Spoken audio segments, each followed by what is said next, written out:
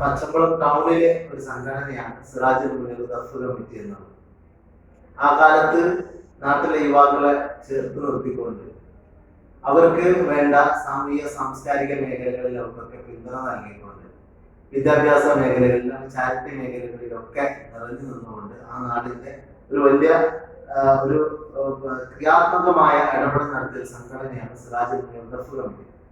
ആ ദഫ് കമ്മിറ്റിയുടെ 28ാം വാർഷികം ഈ വരുന്ന ജനുവരി 25, 26, 27, 28 തീയതികളിൽ വെച്ചുകൊണ്ട് വിപുലമായി നടത്തപ്പെടുകയാണ്.